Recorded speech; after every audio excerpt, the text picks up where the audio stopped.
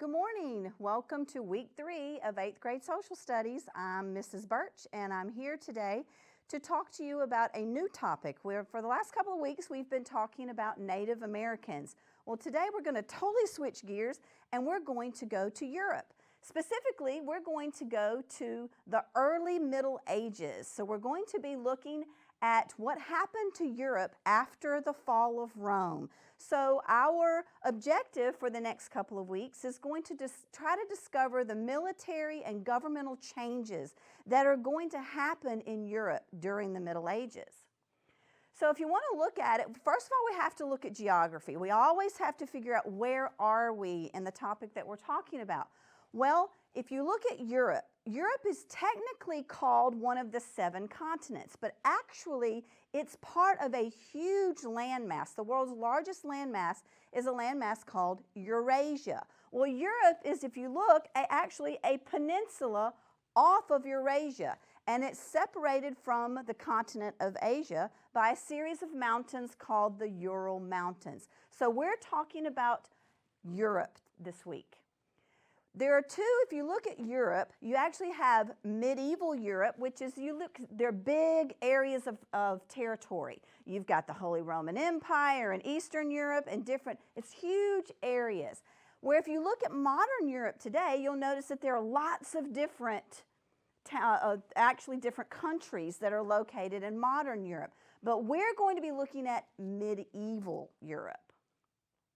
You have 2 parts of geography when you look at Europe. You have Southern Europe and you have Northern Europe. Actually, there's all kinds of climates and landforms all over Europe because there are so many countries in Europe. But primarily what we need to think about, because we're going to be looking at some military strategies and things like that, is we want to look at the general geography of parts of Europe. Southern Europe has coastal plains and river valleys. They grew grapes and olives and all kinds of crops. They raised mountain goats and sheep.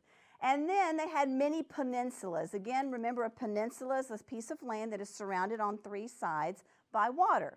Northern Europe had access to many, many rivers. Again, this is going to affect some military strategies. Paris, if you look at Paris here, Paris was actually built on an island in order to protect it from outside invaders. So that tells us a little bit about the geography that we're talking about when we talk about Europe. So the Middle Ages, why do we call it the Middle Ages? Medieval times. Well, we call it the Middle Ages because it actually is a time period between AD 500 and AD 1500. It is between ancient times and modern times, thus, ta-da, the word middle. So it's called the Middle Ages. Europe was divided into many small kingdoms at this time. So what do you think of when somebody says Middle Ages or medieval times? You know, the costume that I'm wearing today is indicative of what someone would have worn during the Middle Ages. But perhaps you think of knights, always one of the things that comes to everybody's mind when they think of the Middle Ages. Or perhaps you think of castles. Castles were also built primarily during the Middle Ages. Kings and queens. Next week we're going to really look at this whole feudal structure, but for today we're just going to briefly mention it. Lords and ladies, dukes and duchesses is another one. So we've got all kinds of things. Manor houses, that goes along with the castles. Maybe you think of the power of the Catholic Church. The power of the Catholic Church is going to come about during the Middle Ages. Crusades, the massive wars that went on in the name of religion. We're going to mention those as well. And then we have the 100 Years' War. And then last but not least, you can't mention the Middle Ages or the medieval times without thinking of the ultimate topic, which is the plague or the Black Death. We will definitely be talking about that next week. So that takes us to Europe after the fall of the Roman Empire. That is the time period that we're talking about. The great massive Roman Empire has fallen, and Rome still exists, but now it only exists as a small area in Italy. In the year AD 476, the Roman Empire actually came to an end. The next 1,000 years are known as the Middle Ages. Now, the thing you have to know about the Middle Ages is it was a very harsh time. A lot of times in movies and all that, it's very glamorized by the kings and the queens and the castles and all that. It was not a time period that most people would want to live in because it was a very brutal time. The life expectancy was typically 30, maybe 40 years. So people got married very young. You know, the death rate, the infant mortality rate was very high. Illness, if you got sick, there were no cures. So it was not the greatest time to live. So you wonder, what did the people do? Well, they had to turn to something. Well, if you think about what they turn to, they're going to turn to religion. And their primary religion that they're going to turn to at this time is going to be Christianity. But another religion that is going to be mentioned later on in our discussion is also the religion of Islam. But people turned to religion because they had to hope that life after this one has got to be better. So they did a lot of praying, there were a lot of devout people, and the Catholic Church is going to use that in many ways in order to become a very powerful entity in the life of the people of medieval Europe. So Christianity is going to spread. Well, you wonder, how is it going to spread? Because people, you couldn't jump on an airplane, there were no cars, you know, how are people going to find out about Christianity from one place to another? Well, what they did is first of all, you had the Pope. He was the head of the Catholic Church. Well, the Pope and the archbishops and the bishops and all the priests, they trained people called missionaries. Now, these missionaries are going to be sent by the Pope to travel all over Europe in order to spread the idea and the concepts of Jesus Christ and Christianity, to give people hope. What do you need to do in order to be able to survive all of these harsh times and everything that is happening? Well, according to the church, if you follow Jesus Christ and you follow the teachings of the church, it will make life better for you here, but it certainly will make life better for you after you leave here. So one of those great missionaries was Patrick. Now, let's think about Patrick. Where have you heard that before? He is known as Saint Patrick. So you've probably heard of Saint Patrick's Day. It is actually a day that is dedicated to him. Most people believe that Saint Patrick must have been Irish. He was not Irish. However, he did travel to Ireland in order to spread the concepts of Christianity. And he turned Ireland into a Christian nation. So that is why we celebrate St. Patrick's Day in honor of one of the greatest missionaries of medieval times, and that is St. Patrick. Another way that Christianity spread has to do with a group of people called monks. Now, you may have heard of monks before. Earlier in the year, you studied about Buddhist monks. Well, the concept of monks that are in the Christian religion is very similar to the concept of the monks that were in the Buddhist religion. These monks are going to be religious men. Now, they live apart from society. They give up all worldly possessions. They don't want money, they don't want riches, they don't want any of those luxuries of life. What these men want is they want to be pious and they want to constantly pray and worship Christ. And they did lots of great things. They built these homes for themselves called monasteries. And they lived inside of these monasteries to pray and to work and to meditate. And they built them all over Europe, again, in order to spread the concepts of Christianity. Now, monks had a very, very, very strict way of life. You were not allowed, again, to have wealth and riches. You were allowed to have exactly what you needed to survive, and that's all you were supposed to have. They dressed very simply, they ate very simply, and they lived very simply. But what they did do for the community is they provided schools and health care and preserved ancient writings. Many of the monks, remember back then we didn't have books, we didn't have a printing press.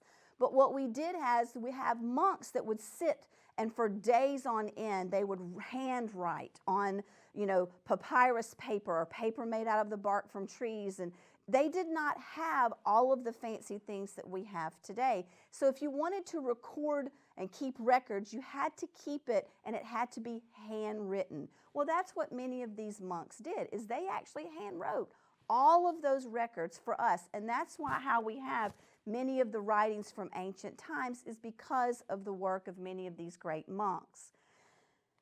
A very famous monk was a monk called Benedict. Benedict actually came up with an official set of rules that the monks had to follow. It was called the Benedictine Rule.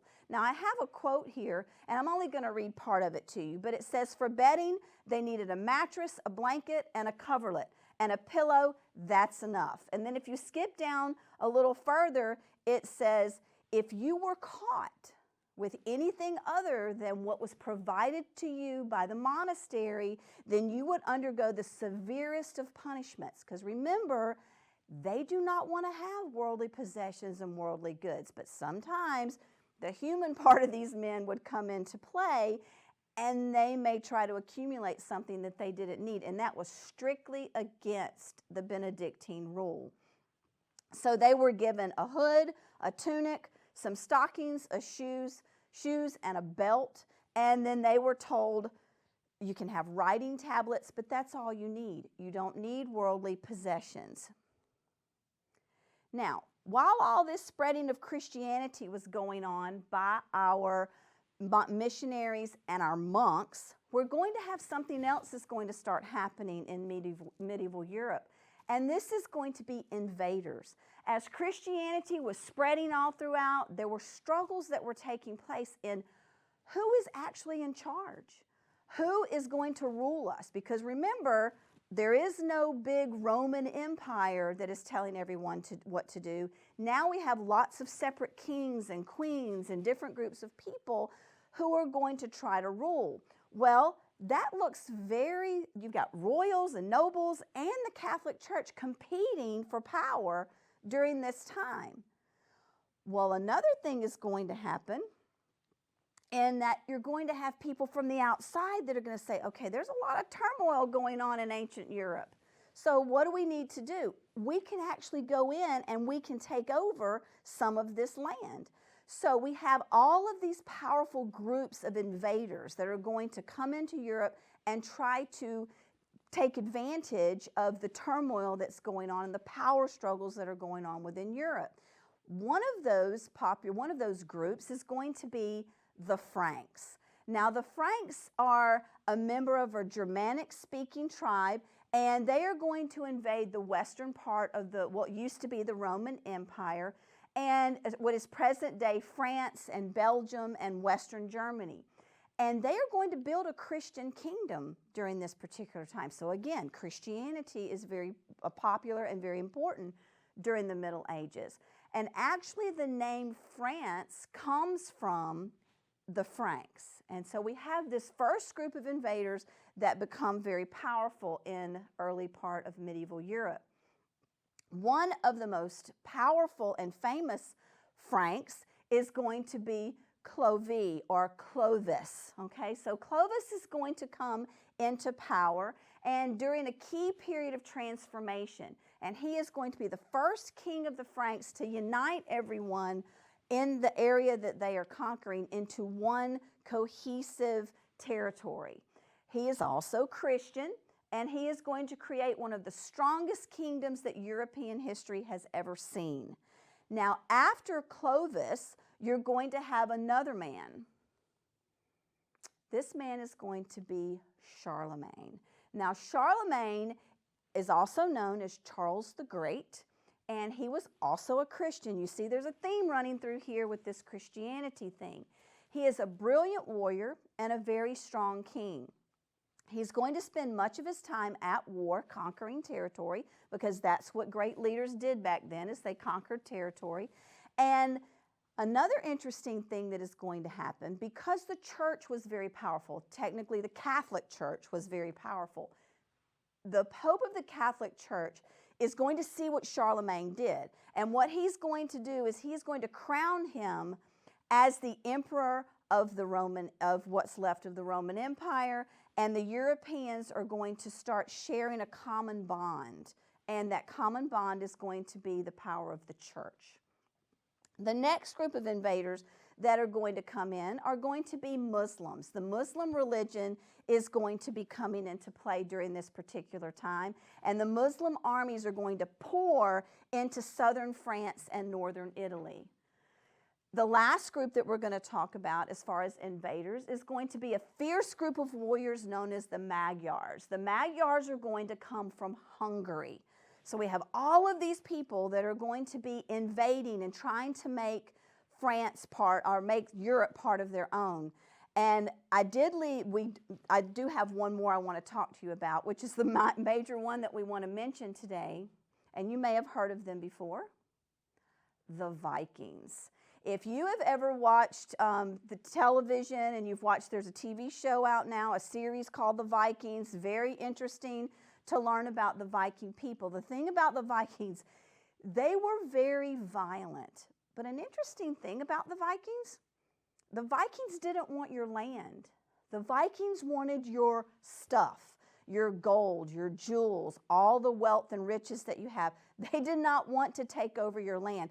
They were strictly raiders. They came in, raided what they needed, and then they left. They were, again, very, very violent. They came in on these specifically built boats that they had that could go through that geography we were talking about earlier with all the water and everything around parts of Europe. They were able to use that to their advantage, and they built these boats in order to come in. People were terrified of the Vikings. They were so afraid of the Vikings that many times if a place knew that the Vikings were coming to invade, they would just bow down and give up right away, because they knew that the Vikings were very brutal. They did not have a problem with coming in and pillaging and burning it down or doing whatever they did. If you resisted the Vikings, they were very violent, and they did not mind being very violent. They took prisoners that they sold into slavery, and their attacks were very swift and very savage. And the Europeans lived in terror of this group of men called the Vikings. Now, an interesting tidbit you might want to know about the Vikings. Most of the time when they picture the Vikings, what they do is they picture them with these horned helmets.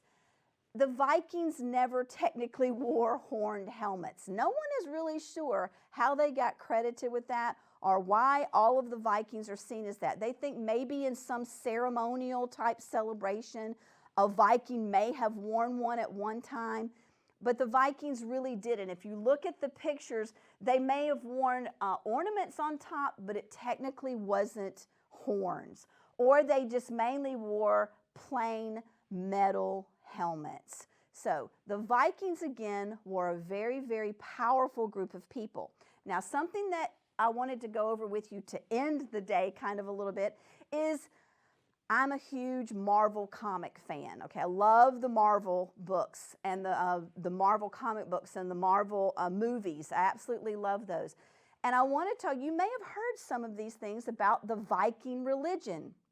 The three most important gods to the Viking: Odin, Thor, and Loki. Probably heard of those if you've ever seen any of the Marvel movies, especially the Thor movies, or if you've seen Endgame or all of those movies, Infinity War, you hear those names. You hear the city of Asgard. You hear the Rainbow Bridge called Bifrost. And the Vikings lived in this, this is what they believed in. They believed in Valhalla. That was their heaven. They believed that the Rainbow Bridge connected Asgard with the earth, and that Rainbow Bridge was one of those things that had to be protected. Well, it was protected by the ever-vigilant god Heimdall.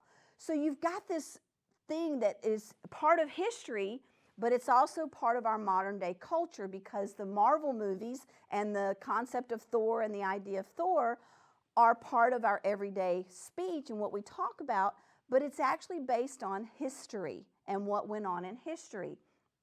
So if next time you watch one of the Marvel movies, you may want to take that into account. Hey, I know about that, because that is the Viking history and what the kinds of gods and the religion that they believed in.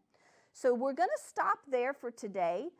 But as you can see, ancient Europe, or medieval Europe actually, during the medieval times was a very scary place. There were lots of things to be frightened of. The invaders that were coming in, the wars that were happening, the disputes between the kings and the queens. All of these things were causing lots and lots of turmoil during medieval Europe.